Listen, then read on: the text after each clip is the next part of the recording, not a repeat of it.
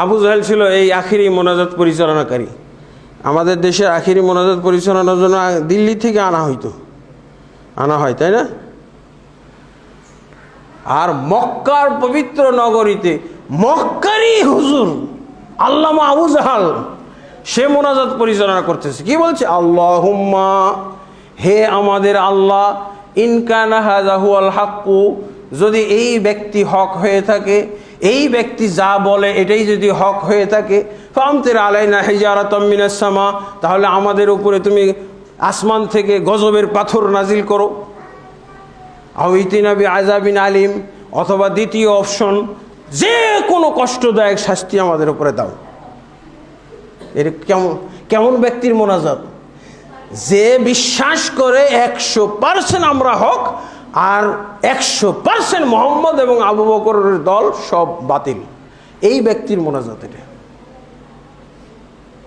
বোঝা গেছে? কেন এই দোয়াটা কখন করে? যখন নিজেদেরকে 100% হক মনে করতে পারে।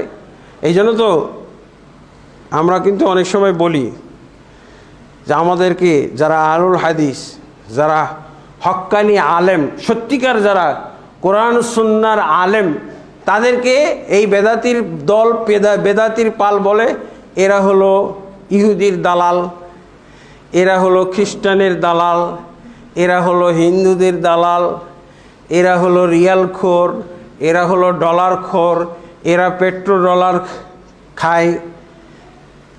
কিন্তু যখন আমরা বলি যে তোমার এই কথা যদি সত্য না হয় তাহলে তুমি এরকম কথা বলতে পারবে কি না বলো, যে আল্লাহর জন্য গজব আমার উপরে পড়ে, এই কথাটা বলো। আর বলতে পারে না, এই বেদাতির পার আর বলতে পারে না। এই আহলে হাদিস আলেমদেরকে তারা এইভাবে ডলারখোর, ইহুদির দালাল, ইহুদি খ্রিস্টানের দালাল, হিন্দুদের দালাল, বৌদ্ধ বিধর্মীদের দালাল। কিন্তু যখন তাদেরকে বলা হয় যে যদি তারা দালাল না হয় তাহলে আমার উপরে যেন আল্লাহর পক্ষ থেকে গজব নাজিল হয়, আল্লাহর পক্ষ থেকে যেন গজবের পাথর নাজিল হয়, এই কথাটা বল বেদাতির পাল।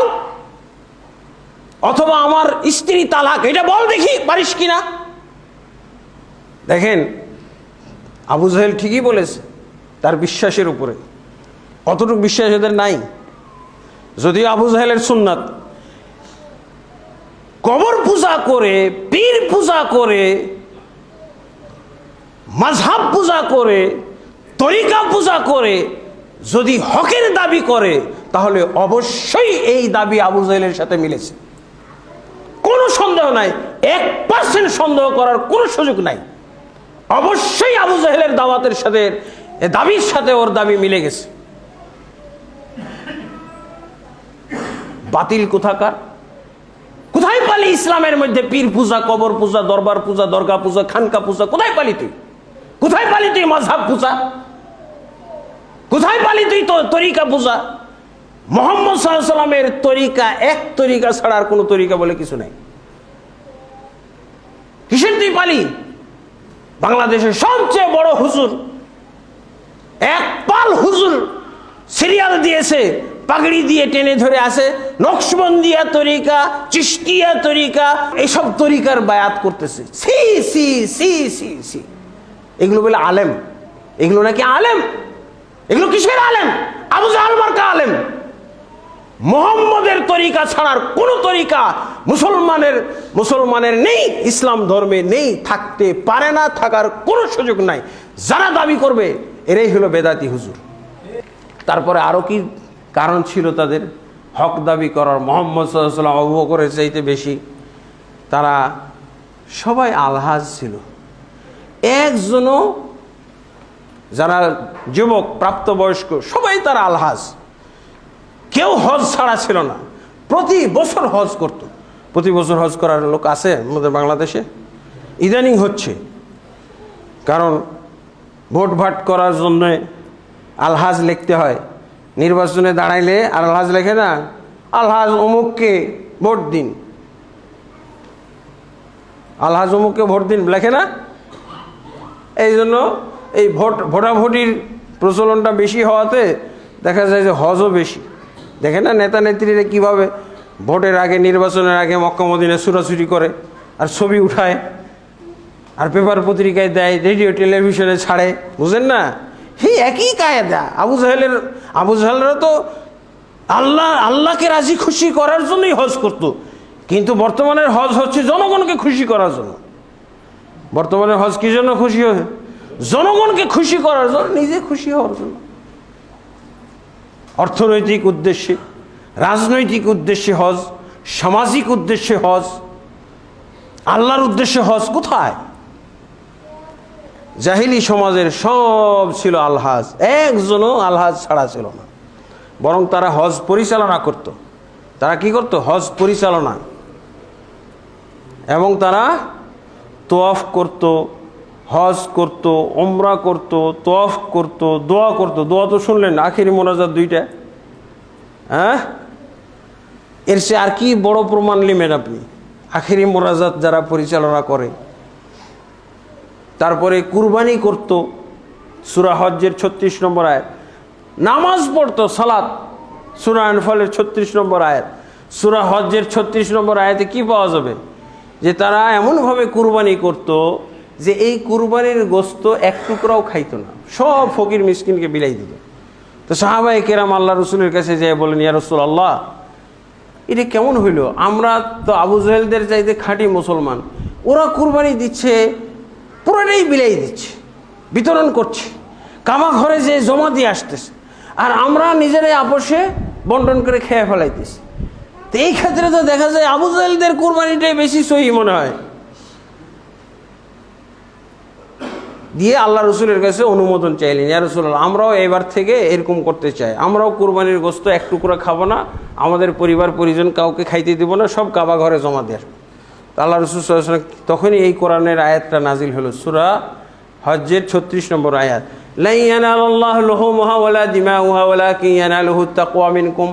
আল্লাহর কাছে রক্ত মাংস, কুরবানির পশুর রক্ত মাংস কিছুই পৌঁছে না। তার মানে পৌঁছানোর চেষ্টা করা হচ্ছে, কে বা কারা করতেছে, কিন্তু আল্লাহ এটার প্রতিবাদ দিলেন, প্রতিবাদ নাজিল করলেন। আল্লাহর কাছে কুরবানির পশুর রক্ত মাংস কিছুই পৌঁছে না।